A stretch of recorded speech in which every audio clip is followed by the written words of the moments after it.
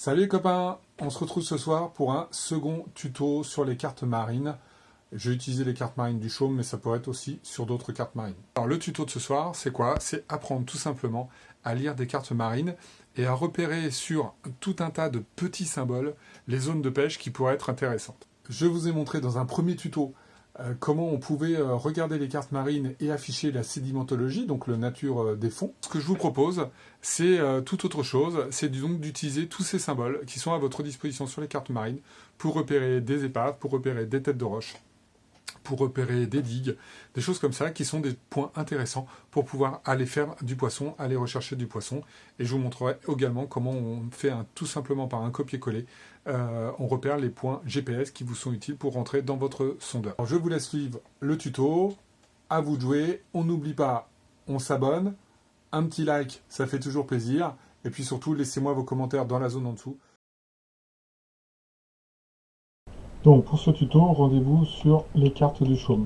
Donc comme la dernière fois, on va aller sur le site du Chaume, tapez SHOM sur Google et vous allez dans la partie Data Chaume.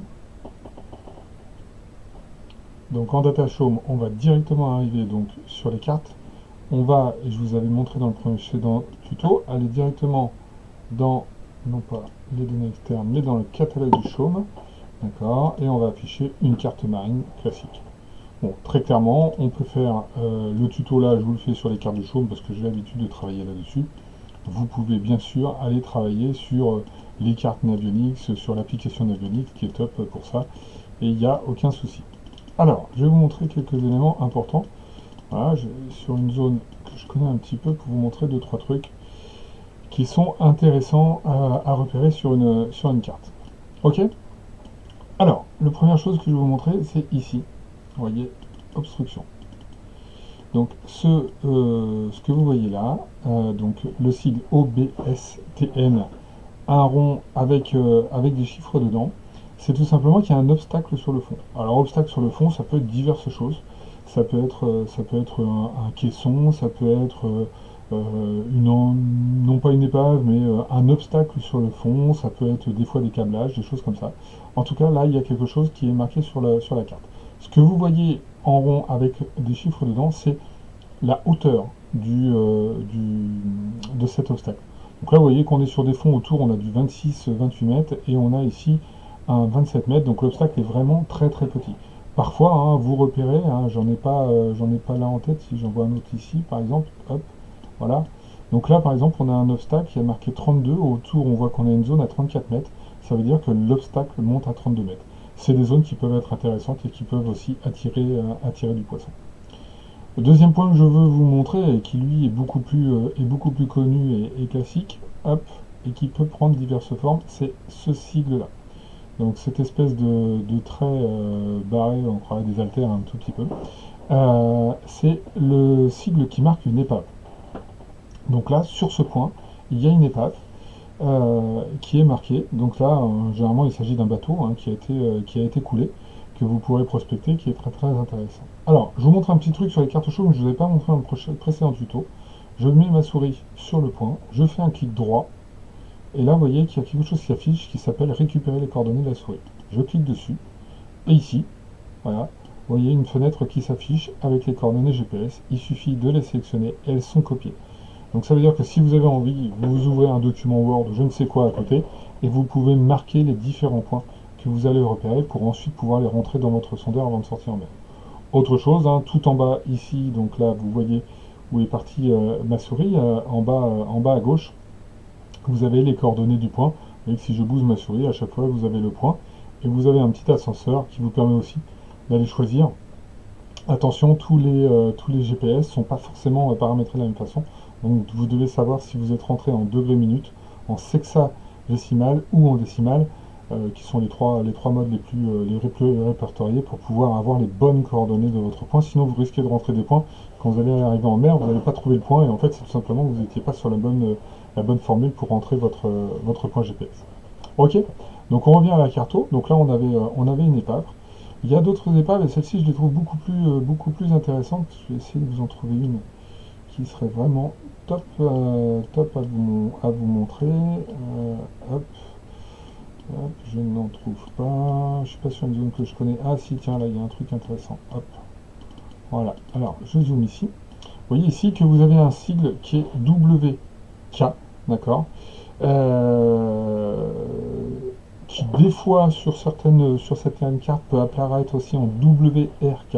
C'est tout simplement l'abréviation de wreck, wreck étant le mot anglais pour épave.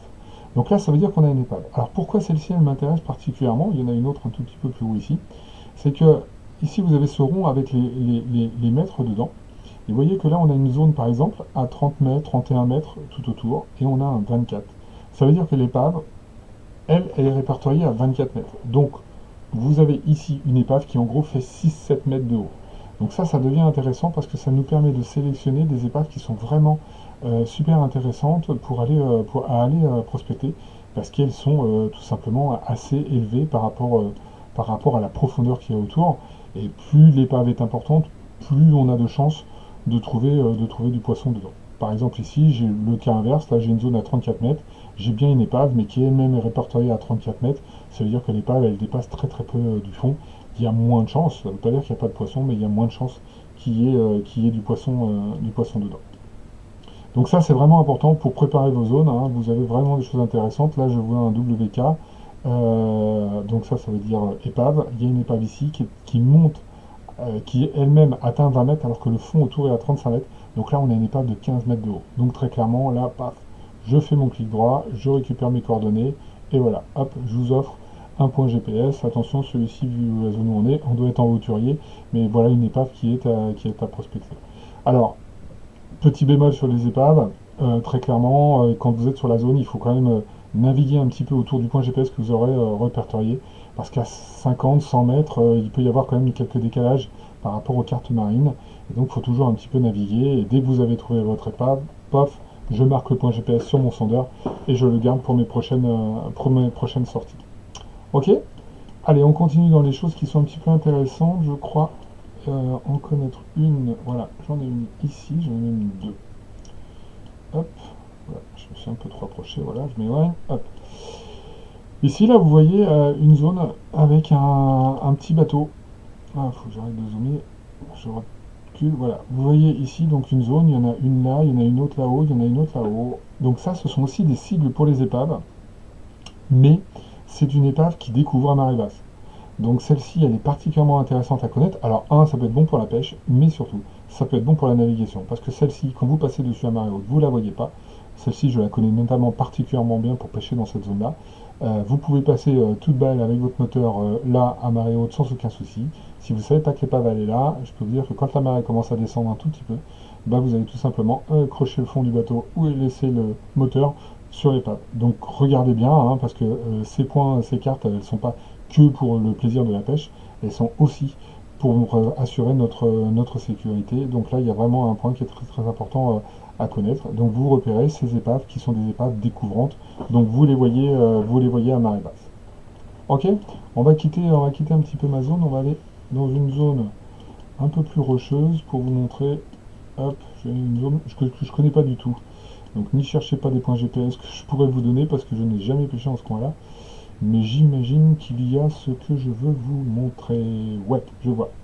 Donc, ce que je vais vous montrer maintenant, ce sont des têtes de roche, donc qui peuvent être intéressantes et qui vont être marquées de différentes façons. Ok. Donc là, vous avez des têtes de roche avec des croix. Donc, ce sont des croix côtales comme ça ou des croix avec des petits points. Donc si on prend ces croix-là, ce sont des croix qui montrent une tête de roche que vous allez voir, d'accord? Donc c'est une tête de roche qui sort de l'eau. Donc ceci, un, c'est la moins dangereuse en termes de navigation, et deux, elle peut être intéressante à prospecter tout autour. Là, vous avez aussi des têtes de roche, hop, donc marquées juste d'une croix complète. Celles-ci, vous ne les voyez pas. Donc ce sont des têtes de roche qui sont sous l'eau. Elles sont matérialisées sur la carte parce qu'elles peuvent présenter un danger pour la navigation, notamment pour des voiliers, des choses comme ça qui pourraient crocher dedans. Donc, généralement, quand on navigue avec un semi-rigide comme nous, on passe assez aisément sur ces roches-là. Mais c'est quand même à connaître, et en tout cas, c'est à connaître et à prospecter, puisque ça peut être des zones qui accueillent des poissons. Et puis, On a d'autres zones, donc une petite variante, c'est la croix avec entre parenthèses un chiffre. Donc là, vous avez une croix avec 5,2. Donc le 5,2 veut dire en fait que la hauteur de cette tête de roche est à 5,20 m. Et selon le niveau de marnage que vous allez avoir en fonction du coefficient marin, cette tête de roche, elle peut éventuellement sortir de l'eau sur certaines marées. Alors, faites très attention parce que elles peuvent être totalement immergées, notamment sur une marée haute, et être, alors là on est à 5,2, c'est pas grand chose, mais par exemple ici j'en vois une à 0,6, 0,6 ça veut dire 60 cm. Donc 60 cm sous l'eau à marée haute, ça veut dire que quand la marée commence à descendre, au bout d'une demi-heure, une heure, ce rocher-là il est toujours sous l'eau, mais il est à 5-10 cm sous la surface de l'eau. Vous passez avec votre bateau là-dessus, et vous êtes sûr d'un truc, c'est que vous y laissez votre salaire. Donc un point intéressant pour la pêche, très clairement, mais c'est aussi un point qu'il faut absolument connaître pour la sécurité de la navigation. Et franchement, quand on est sur des zones type Jersey, Guernesey, etc., vous voyez que l'enrochement, ben voilà, il y en a un petit peu partout. Il est important de vraiment bien étudier ces cartes-là et d'avoir aussi une bonne carte sur ce sondeur GPS pour éviter d'éventrer le bateau, les bateaux sur les roches. Alors, dernière chose que je veux vous montrer, j'en connais une par chez nous, donc je vais vous la montrer. Hop, je suis parti un petit peu loin, voilà. Hop, une zone qui est aussi intéressante à voir, ce sont ces, hop, voilà. Ce sont ces petits pointillés que vous voyez ici et qui sont entrecoupés avec des traits noirs, qui sont ici marqués F2, D1, D, C, B, etc. Alors, ça, c'est quoi? Eh bien, c'est tout simplement une digue. Et là, en l'occurrence, on est dans le chenal de sortie de la Seine. Donc, c'est une digue. En fait, c'est un enrochement. Donc, c'est très, très, très intéressant. Alors, pour vous donner un petit scoop, voilà où j'ai commencé. J'ai fait mon premier bar ici. Les deux premiers bars, ils ont été faits juste ici. Et mon plus gros bar, le premier, qui a été fait une semaine après les deux premiers que j'ai fait ici, c'était il y a quelques années en plein mois d'août, a été fait autour de l'île au Reposoir, qui est une île, un nichoir pour les oiseaux, sur lequel il est vraiment strictement interdit de descendre, mais sur lequel vous pouvez pêcher tout autour.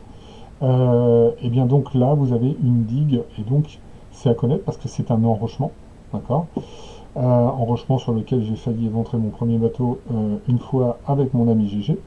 Et c'est surtout donc voilà un enrochement qui est très très intéressant à pêcher, puisque quand la marée monte ou descend, vous voyez que d'un côté vous avez 6 mètres d'eau, de l'autre côté vous avez 2 à 3 mètres d'eau, donc forcément ça crée des courants et des remous très intéressants, et les bars viennent notamment se nourrir là à certains moments de la marée.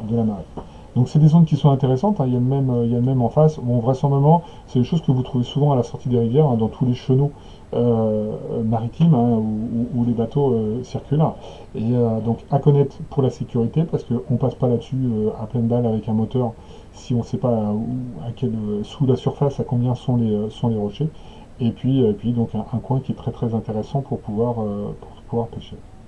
Voilà, je crois que je vous ai montré là les principaux éléments qui vous permettent dans n'importe quelle zone, voilà, je peux me mettre vraiment dans n'importe quelle zone.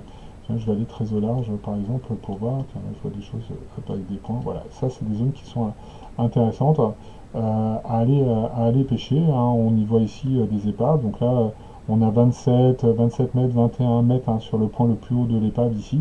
Autour, il y a une zone de 28 mètres, ça veut dire que là, on a une épave qui fait 6-7 mètres de haut. Là, idem, on a 28, 26, on a une épave qui fait à peu près 2 mètres de haut. Vous avez aussi des petites zones rondes comme ça, souvent ce sont des ridins, c'est pas automatique. Donc là, il faudra aller voir le premier tuto pour afficher le fond et voir si en effet c'est un fond de sable. Et si c'est un fond de sable et que vous avez des zones qui ressemblent à ça, ça veut dire que là, souvent, il y a des ridins de sable, donc c'est des espèces de dunes sous-marines qui sont très intéressantes à prospecter. Là, on voit quand même qu'on a entre 20 et 24 mètres de fond et on a des points culminants sur ces ronds à 16, 19, 18 mètres. Ça veut dire quand même qu'on a des ridins qui montent assez haut, sur plusieurs mètres de haut. Ce sont souvent des bonnes zones à turbo. Encore faut-il vérifier le fond. Et ça, je vous laisserai faire. Regardez le précédent tuto, tout est bien expliqué en utilisant les cartes chaumes gratuites. Afficher ces zones de sédimentologie qui permettent de bien repérer le fond. Voilà, je crois que je vous ai tout montré les amis sur les cartes marines. En tout cas, je peux vous dire que bon, nous on a la chance malheureusement par l'histoire, puisque beaucoup de gens y sont morts, et d'avoir énormément d'épaves dans toute cette zone-là, qui sont tout simplement les plages du débarquement. Mais des épaves, il y en a un petit peu partout, des têtes de roche, il y en a un petit peu partout selon la zone où vous allez naviguer. Il y a sûrement des petits coins vraiment sympas un peu partout à trouver. Et quand on regarde et qu'on apprend à lire une carte marine, voilà une zone que je connais pas du tout, plateau des Échaudés, je sais pas trop là quoi c'est ça.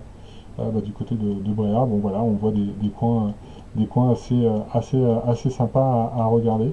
Et ça, vous pouvez le faire selon votre zone. Les cartes marines, elles fonctionnent partout en France, peut-être à l'étranger, je pense aussi d'ailleurs, mais au moins en France, vous avez exactement la même lecture et qui vous permettra, pendant cet hiver où on ne peut pas pêcher, d'aller faire quelques prospections, de repérer quelques empreintes GPS, vous rentrez tout ça dans votre sondeur, et après, à vous de jouer.